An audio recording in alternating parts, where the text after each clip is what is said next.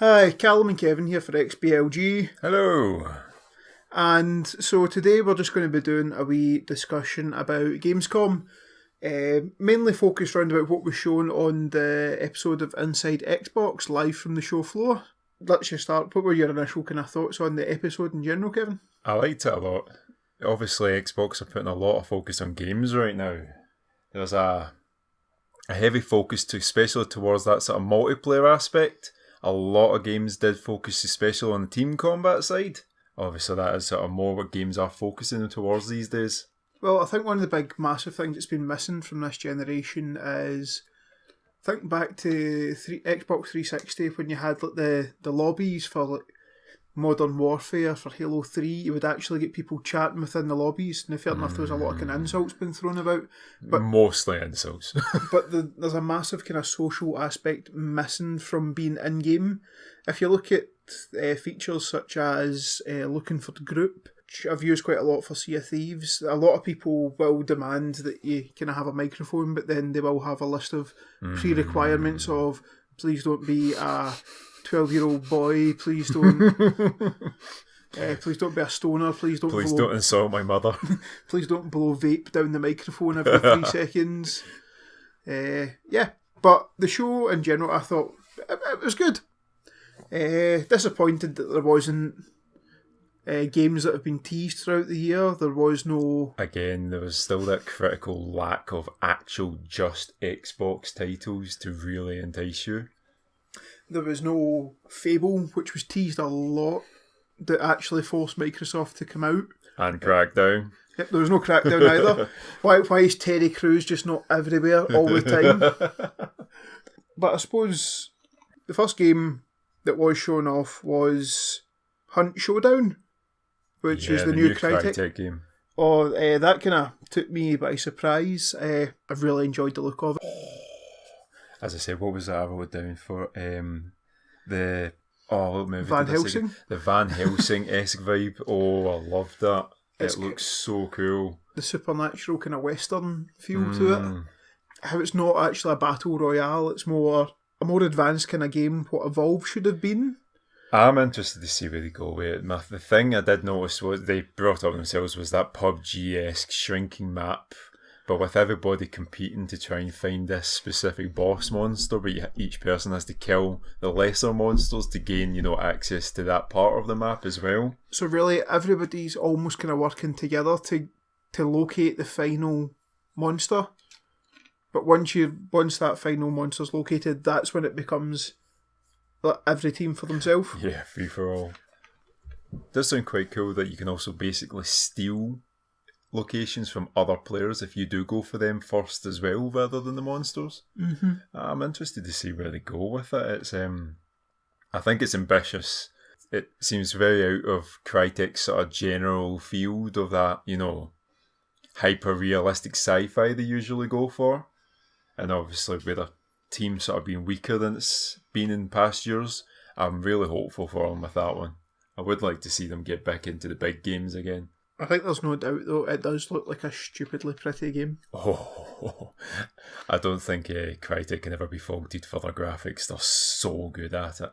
I mean, everybody remembers the first Crysis and the fact that it literally was that it broke people's computers just trying to run it.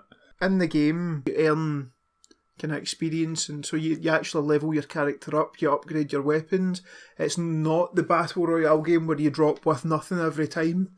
I believe you can go in with preloaded loadouts. Yeah, I was not sure if they're doing a squad-based thing.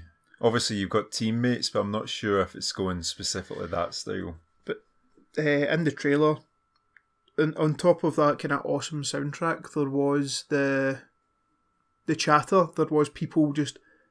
It seemed like a very kind of tactical, you need communication for this game, and that's why I was talking about games not having the same social aspect as they did in the last generation. Oh, yeah, no, you're definitely correct. It's that the whole team-based part does look really good, especially for that game. Especially because some of those monsters look tough as nails. Next, they kind of showed the actual Battle Royale stuff, so it was... a big love letter to PUBG. I didn't even realise it was actually still in pre-release. That was probably the biggest shock there. It's finally coming to 1.0. That's how in touch Kevin is with console gaming just now. The thing of all the things they were saying though, was the bizarre part I got was how hard it is to to program the game to work with a controller over a mouse and keyboard. It was a very, I get it was a very, as you say, it was a love letter, but I don't really know where they were going with it. It was basically a inflated tale of, yes, 1.0 is coming. We've actually made this game now. It's now going to be an actual proper release.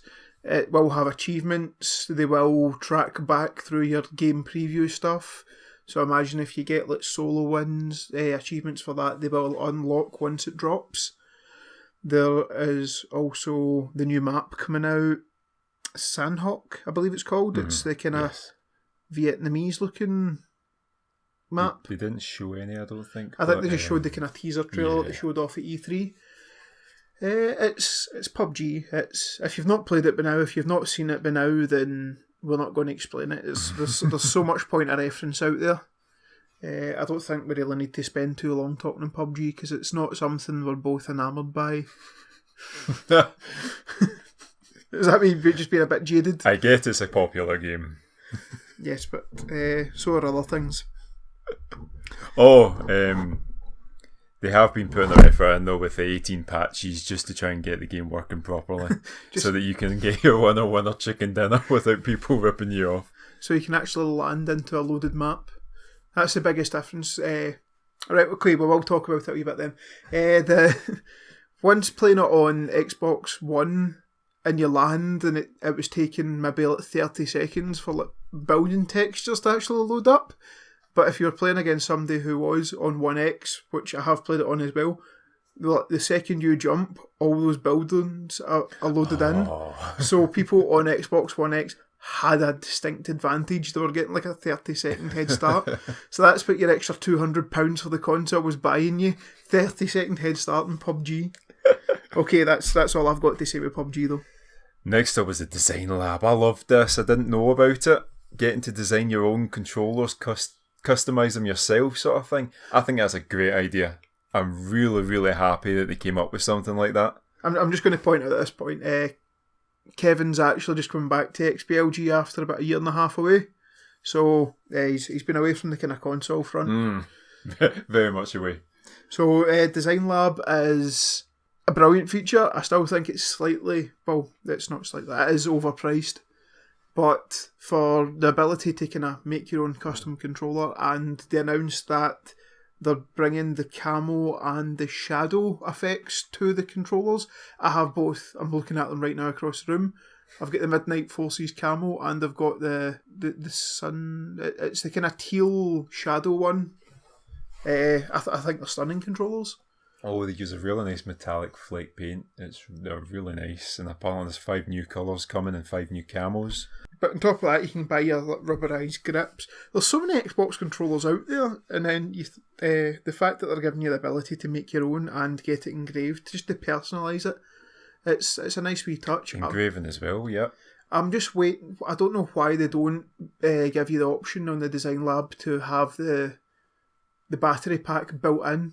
It's the one thing I will hear that you get slated for by PlayStation players, that the battery pack is still external, but then that also gives you the ability to swap battery packs when your controller's low, so you can so you don't have to have your controller charged all the time as well. I would say it was always for that hot swapping mechanic for it, but nowadays I think convenience of just having a single unit does win out for a lot of people.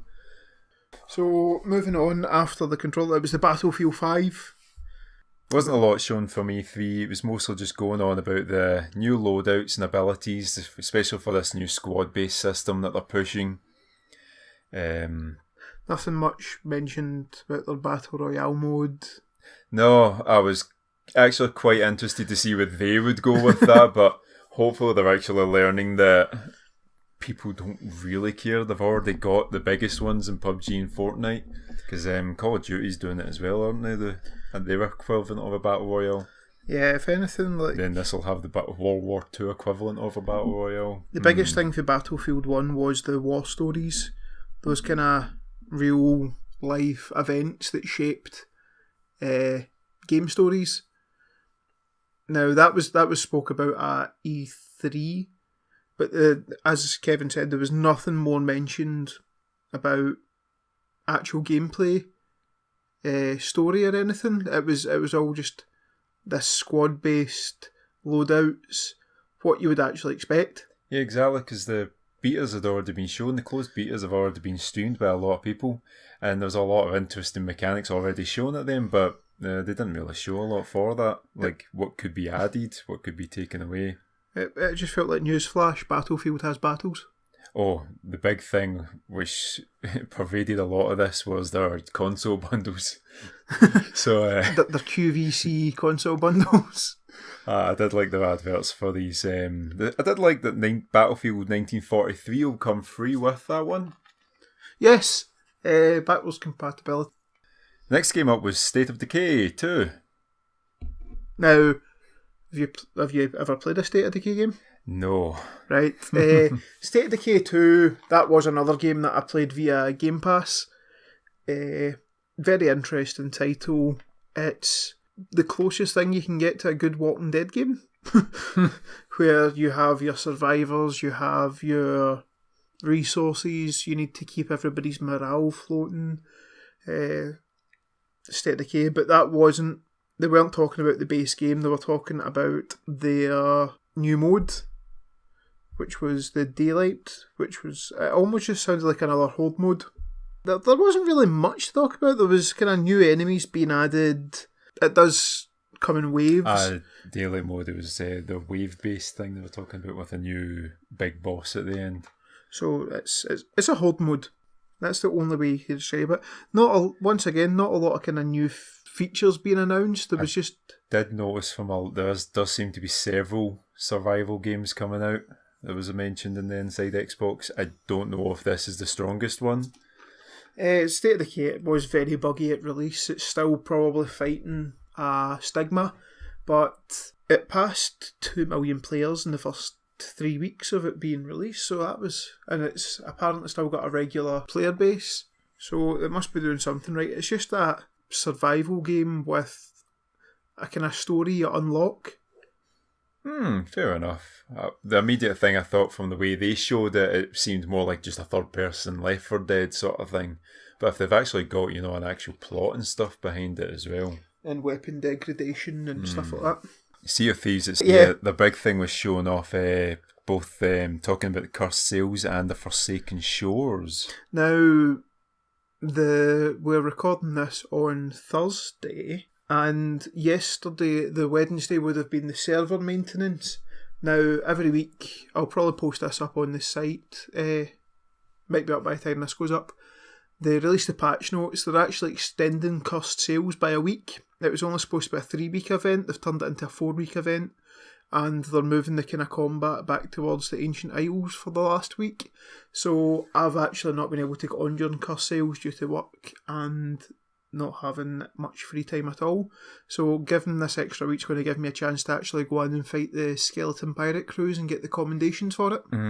They did talk a lot. I like this, that they seem to actually be listening, that people don't have time for these sort of very specific events. At least 2 weeks. Hopefully, from the way it sounds, they're going to start moving away from that now and allowing people to actually enjoy all the content whenever they might want to do it, rather than very limited time frames. The time frames where it was 2 weeks, the commendations will stay up after the event, so you can still earn these things, but the ability to earn money from them only lasted for these 2 weeks. Right. And then Cursed Sails was supposed to be the first 3-week one, but I think they're just kind of tweaking things a little bit more before Forsaken Shores comes out. But that was actually the next thing they spoke about, was the Forsaken Shores. Yeah, the volcanoes and all sorts. It looks amazing.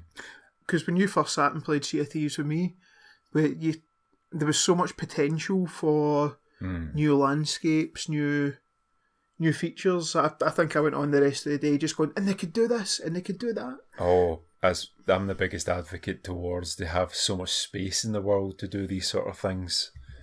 So you're getting the volcanic regions, which will create environmental dangers. We'll have to avoid like spouting lava. There'll be geysers shooting off all over the islands.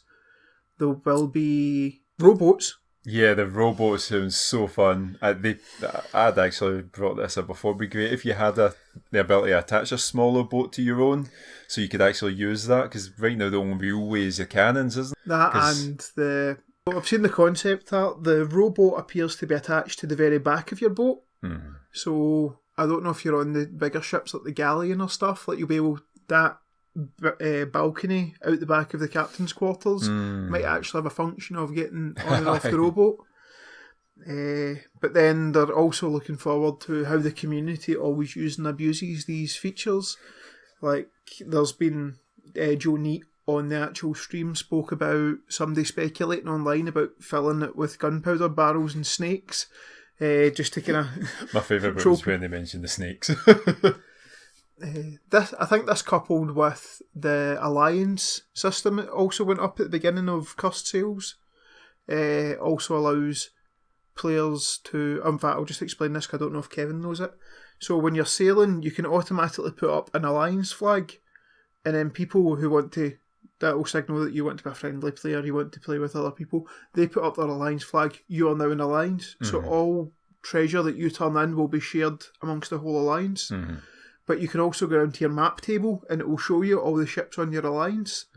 But if you go and attack another alliance, if you jump onto their ship, you can actually go down, look at their map table and see where all the ships in their alliance is as well. On top of that, they announced that for cursed sales, they will introduce the Reaper's Mark flag, which, when you plant that on your ship, it then basically, you become visible on everybody's map, and it can be used as a PvP tool. So people who want to specifically attack each other. So if you want to fill your ship with loot and challenge people, if you think you're the best pirate on the seas to come and attack you, go for it. You can also use it as a dummy ship. So if you're in an alliance, you can load all the treasure onto one ship, put the Reaper's Mark on. In fact, you could probably put it on the sloop, send the sloop round a long way, put the Reaper's Mark on the galleon. Everybody charges the galleon while the sloop goes and turns in all the 4 hours worth of loot. Definitely, it's the sort of mechanics the game does need, especially because it is purely based around the player interaction. That's the whole thing. That's the whole shtick, and they really need to start pushing it now, especially if they want the game to start succeeding, and I'm glad to see they're actually doing it now. It has been a very community-driven game since it launched, and all the different features, all the build rats adventures to keep people coming back and playing more, introducing like limited time cosmetics. Cosmetics are the only thing you can buy in the game, so I know a lot of people aren't fussed for it because you can't actually see what your own pirate's wearing. But upgrading your ship, being able to name your ship, I would quite even like different variations of the same, like choose from different styles of galleon. That's what I said. A lot of people, especially online, seem to comment on wanting bigger and bigger ships. I don't think that would really work. The thing I would focus more on is a greater variety of those specific classes of ship. So you could have a sloop that could be even lighter armed, but maybe even faster. You could have a galleon, that could be extremely heavily defended, but maybe with less cannons and less speed sort of thing. I think that would be more interesting than just going, we'll have a bigger ship for every single time we have an update. Because I'm pretty sure everybody would love a Queen's End Revenge or something. A big ship of the line would be amazing, but again, the player base needs to be able to support that, and our galleon's just going to become obsolete to a ship of the line sort of thing, or, it'd be cool for a boss fight style situation, but I don't know about just the players being able to get access to those and maybe abuse those sort of features. So, Sea of Thieves, yes, it's probably one of the games I could sit and probably do a podcast about it on its own. Oh, certainly. But then it would be a lot of this is what we would like.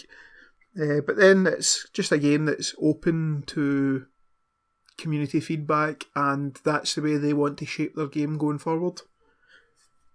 Yes, so that'll be coming out on September the 19th, which is also conveniently Talk Like a Pirate Day. So keep that in mind. Right, next was on to Bethesda. Yeah, Fallout 76. They showed a exclusive new video for it that looked really cool. It was done with the Vault Boy graphics. It was almost like the Fallout 4 what it means to be special videos. Mm-hmm. And it would explain what all the stats and stuff meant, but this was explaining basically all the features of Fallout 76 and how to build using your camp, which I can't remember what the CAMP stood for. I didn't write it down. They do seem to be focusing specifically around needing this specific mechanic to build your levels. It's not completely free building, but the game that sort of weirdly came to mind with it was the way they did the building mechanics in Metal Gear Survive at the moment. But obviously Bethesda should hopefully do a much better job than that game was. But all the methods and the mechanics were in Fallout 4 for the building. So people who spent a lot of time building the crazy over-the-top mansions... Oh, they'll have a field day, especially with all their friends to help them out. Yeah, so if you can find a clan of these people, stay away from them, because they'll probably have like booby traps for days round about their facilities. Oh, and hopefully nobody sabotages it behind you. But one of the things I read up on before Gamescom was, because it's online, people are worried about griefers and just people being general dicks online. I think those sort of things are part and parcel with that sort of game. If you especially look at like early Minecraft servers and that, it's practically anarchy. You know, you kind of want that sort of unpredictability in your game. I think limiting it wouldn't be as fun, especially in a game that's literally post-apocalyptic where you're fighting for survival. Well, the thing I did read was that there's going to be a bounty mechanic built into the game for griefers. So if people keep attacking you for no reason, the game will place a bounty on them, which makes them the target of everybody else that wants some easy caps. That's cool. But if the person who's being killed gets revenge and claims the bounty, apparently it's double. So it gives the person who's been the victim more incentive to go out and become the attacker. I like it. That's cool. But the Fallout setting seems perfect for this game. It's giving people the vault exit storyline gives a good starting point. It's not like Minecraft where you're just going to get dropped into the middle of a world where you've just appeared. No, we did say obviously there is that sort of element of are they just using the name to try and sell product, but it does look like it'd be very interesting in the sort of Fallout universe, the way they've done the game itself. So after Fallout, they spoke about Ori and the Will of the Wisp. I've played some of Ori and the Blind Forest. It's a very, very pretty game. It's absolutely gorgeous. I love the 3D game, but on the 2D perspective with the amazing shady graphics it had. There wasn't much actually shown on it. Most of it was just focusing around this new speedrun mode where you can compete against other players trying to complete levels as fast as possible. It's just the floor is lava mode. Yes. Oh, some of it looked so painful. But anyway, the game after that, Metro Exodus. I'm going to let you talk about this. Oh, it looked amazing. I cannot believe. The biggest thing is how all the environments look like they've... Obviously, the Metro games have always looked pretty, but the fact that they've just massively expanded the way the game's going to be, especially you're on the train now, so you're, what was it, hundreds of miles away you can have potentially travel? Yeah, you're going to be even thousands of kilometres away from... Yeah, well, they're pretty much the entirety of Russia is basically what they're aiming for. You're just trying to head east, and they showed off this new jungle environment where it was set up in treetops and such, and some of the lighting mechanics. I think specifically I pointed out a rock of all things. Yeah, when you put the night vision goggles and you saw the moonlight reflecting off the rocks. I cannot wait to see that. It's got that really nice open-ended, you can complete the levels the way you want sort of thing with the stealth mechanics, or you can just go, guns out, try and destroy everybody possible. It looks like it has a much nicer aspect than Crysis when it did that, where you still are a very vulnerable player. You're not practically God, so you do have to be careful with what you do.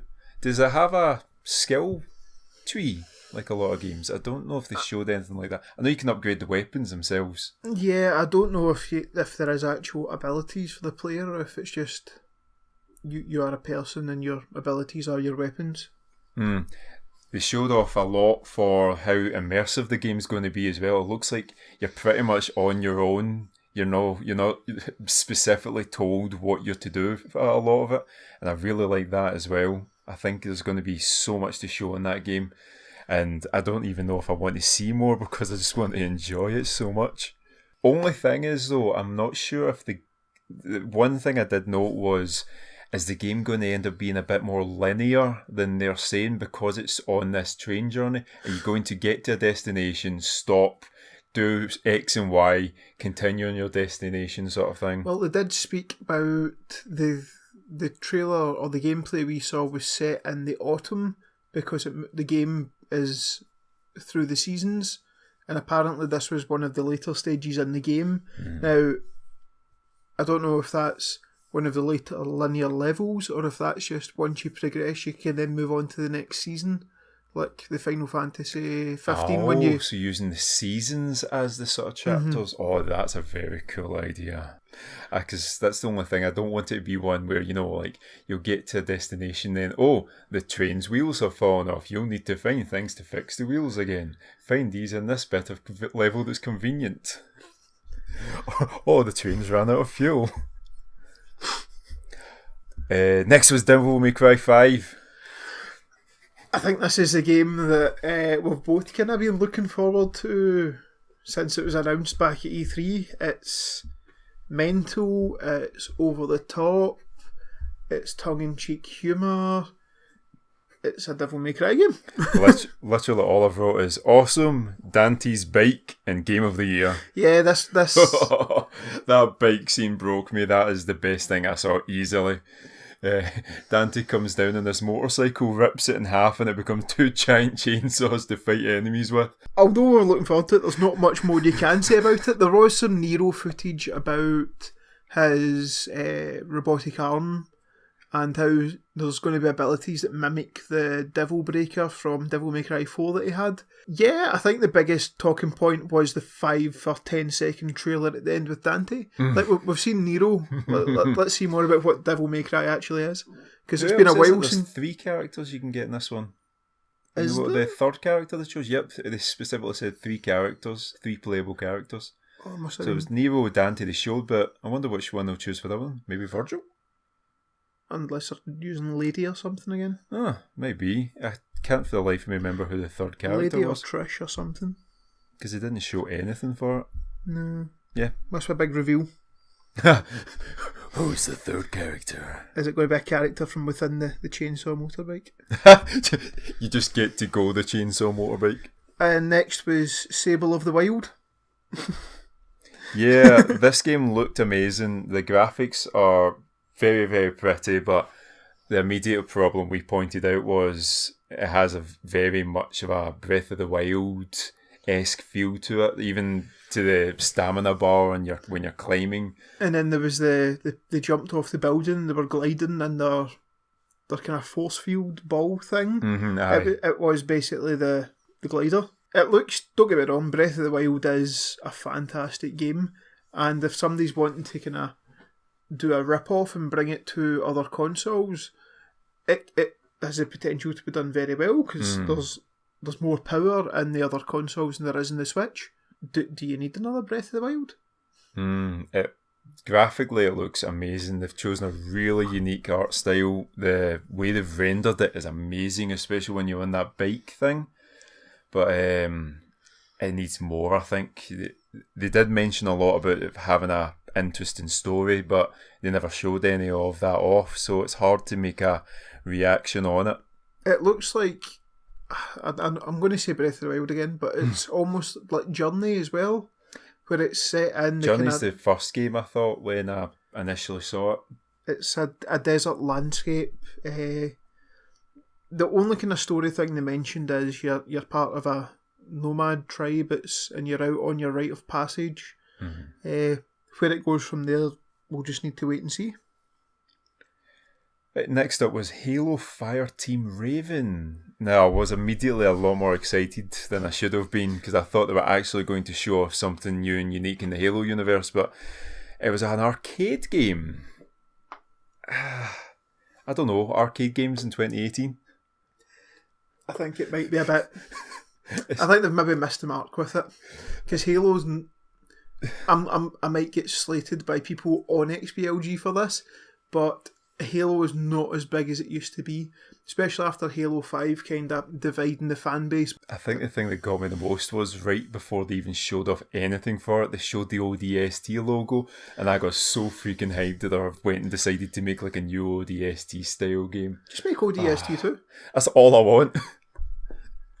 Oh, that would have been so cool. So it controls with, basically it's one of those arcade games where you get the gun, you're in a sort of static, an on-rail shooter style thing. They were mentioning how new and unique it all is, but I wasn't really getting, unless obviously the actual system itself is obviously really immersive, like being, in a big comfortable seat, feeling like you're in a ship or something like that. Maybe all the speakers and that, but I don't know where they were going with it. I will never really get drawn in when the Halo theme started at the beginning. It's like they knew how to drag the Halo fans in, but then once it was actually announced, it left a lot to be desired. Yeah, they showed off a lot of Halo 1 during the video for it. Because it's set. It's set during the same time, but all it did was create this jarring bit because they basically showed none of the actual graphics of this game either. So I was like, if they made like a original Xbox style graphics as well with it, I really don't get it. That was disappointing. Oh, also the Master Chief Collection's coming to the Game Pass as well now. It'll be coming, and it's also getting all its Xbox One X bells and whistles. Yeah. So you'll be getting the 4K 60 frames per second on multiplayer. Halo is the Xbox's flagship franchise. Oh, aye, and the fact you're getting all four of them, including, well, obviously the massive enhancements done to Halo 2, I think that would be nearly worth it alone to play. But there's actually 5 games on it. Oh, is there a 5th? They don't really talk about ODST. Oh, is that on it as well? They didn't even mention that. That was released afterwards, it's kind of like a downloadable extra cool. Onto it. But if you played Master Chief Collection from launch, you got it for free. So I'll be looking forward to sitting down and playing that once again. But you can go through and you can play Halo 1 to 3 to your heart's content, and then Halo 4 was a nice kind of move on. I loved Halo 4. I know it's divided a lot of people, but going back and playing it with better graphics is never going to be a bad thing. Yeah, I think it was pretty much exactly the last game I played on the 360, the Halo 4. I never got a chance to play Halo 5. I know that went a very different route, but I'm really excited, and obviously some of the cutscenes and stuff like that you would see through those games. Oh, they're so good. But it's another massive win for Game Pass, adding all those games onto Game Pass. They also mentioned Hitman Season 1's coming to the Game Pass. I think these have all come out this month. They came out at the beginning of the month, so if you're on Game Pass already, you should have access to Hitman Season 1. Ruiner. Then Rise, Son of Rome. Escapist. The Walking Dead. The new Pixar game. Dead Rising 2 came to Game Pass. Oh, Doom and Rage. I thought that was a really good ones. And again, remember, 2 months for only $2. We're not getting paid for this. There was also a new Game Pass app coming, so this sounded actually pretty cool. So on your phone, you can actually browse through all the Game Pass games, and if you choose one, you can actually just you would press the download button, and it would automatically download onto your Xbox. I thought that's a really cool way to do it, because sometimes the Xbox can still be very clunky to actually get through menus and such. Because I use the Xbox app, and it's not brilliant for Game Pass features, but the Game Pass app, which everybody on Android has the ability to download the beta, and if there's only limited amounts of iOS Yeah. accessed, but it will keep you updated with everything Game Pass. So as I said, as games leave Game Pass and new ones come in, this is a good place to keep on top of all those announcements. Yeah, I thought it was a great idea. I appreciate things to try and make these more convenient. It did mention there was limited spots at the moment, but it also lets you see what games are coming in the future as well. So if you're close to finishing a game and you might want to move on to something else, just give a check and make sure it's not leaving Game Pass so you've not got a half-completed game driving you mental. Up next this was a bit of a point of contention for me watching a lot of these. It was another post-apocalyptic survival game, but this one was DayZ. Now, I did not realise that DayZ was still in the preview. It's coming to preview. I thought it was a game that had been around for a long, long time. But touting it as an extreme hardcore survival game. I think the things that sort of trying to set it apart is, well, one of the things they specifically mentioned was the cannibalism mechanic. So you can actually eat other players to try and survive. But if you do eat players, you'll eventually go crazy and you'll start like laughing maniacally, which would summon zombies around you.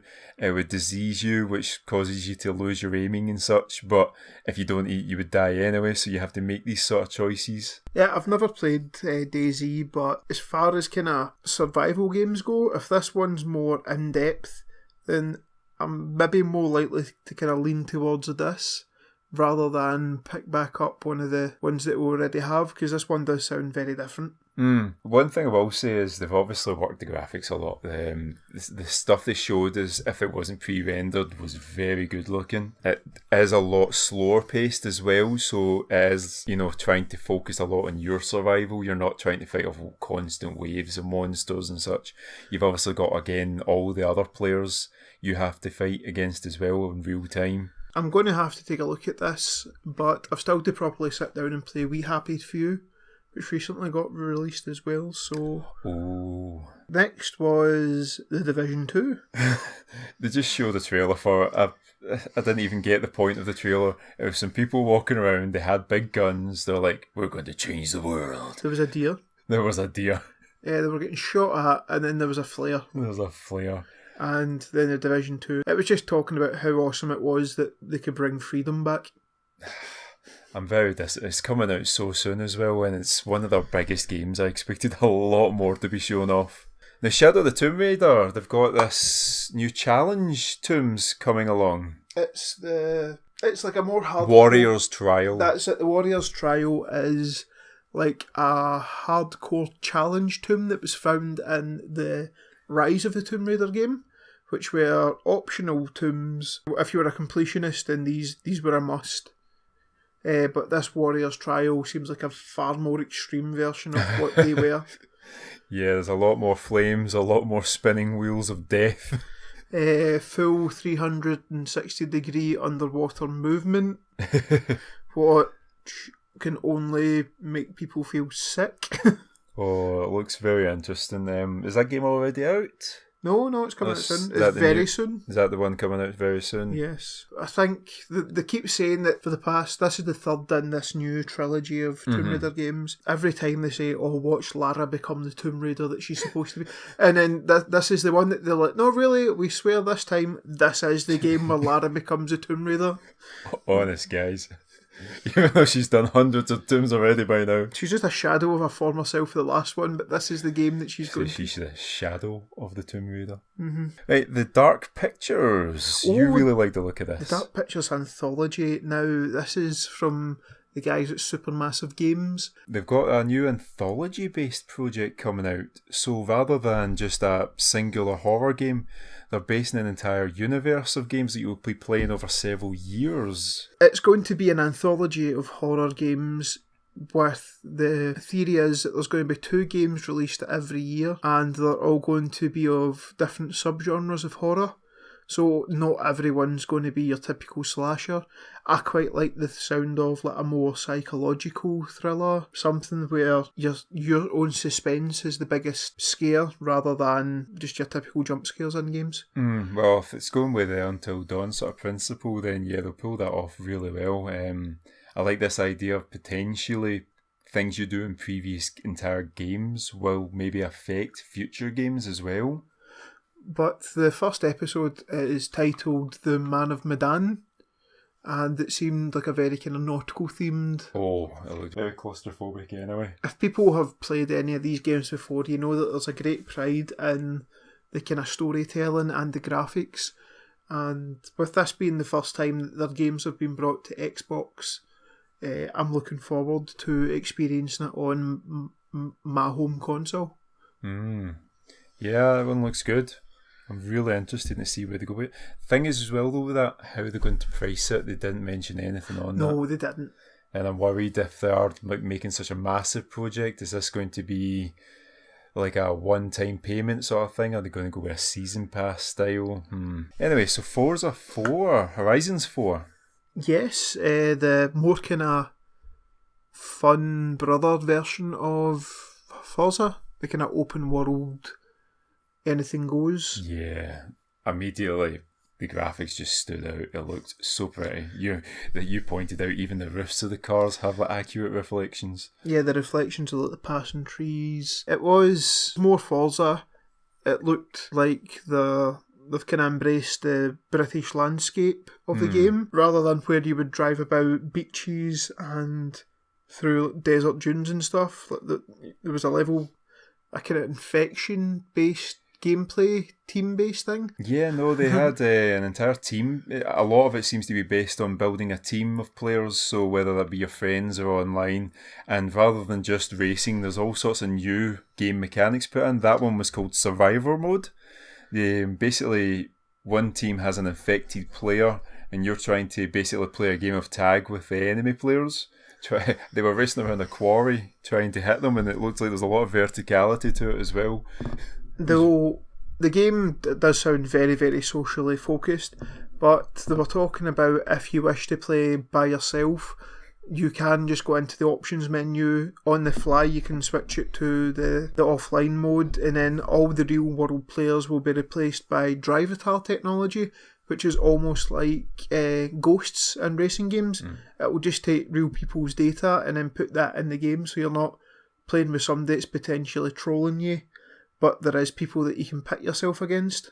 Yeah, and it seems to be nearly seamless they're trying to do with it as well. So if you don't want to play for a while, you can just turn it off, and then it's just a simple flick of the switch to go back straight into the full online mode. Same thing also, if you drop internet connection during the game, it will apparently seamlessly switch to the Drivatars, and you're not going to have to be kicked out of the lobby back into the main menu. Which is great.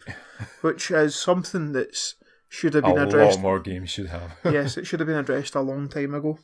The only thing that did sort of catch me, and it happens with all these sort of high-end racing games, was no damage models again. You saw the windows getting smashed a bit, but that was absolutely it. I would love to see a game where you can fully like wreck, all these fancy-looking cars, but I think it'll be a combination of one, having to model all that, and two, I don't think Lamborghini would really appreciate all their cars getting ripped to shreds. You're trying to tell me that Forza should have a Destruction Derby mode? Oh, yes. The game I immediately thought was Colin McRae Rally back on the PS1, and that had that. Oh, it was so good. So that was kind of the last game they showed. They rounded up the show. For me, the highlights were more, I know we didn't really speak about it much, I loved the Devil May Cry, and probably Hunt Showdown was a very, very close second for me of games that I'm anticipating playing. Devil May Cry won it, especially the Dante section.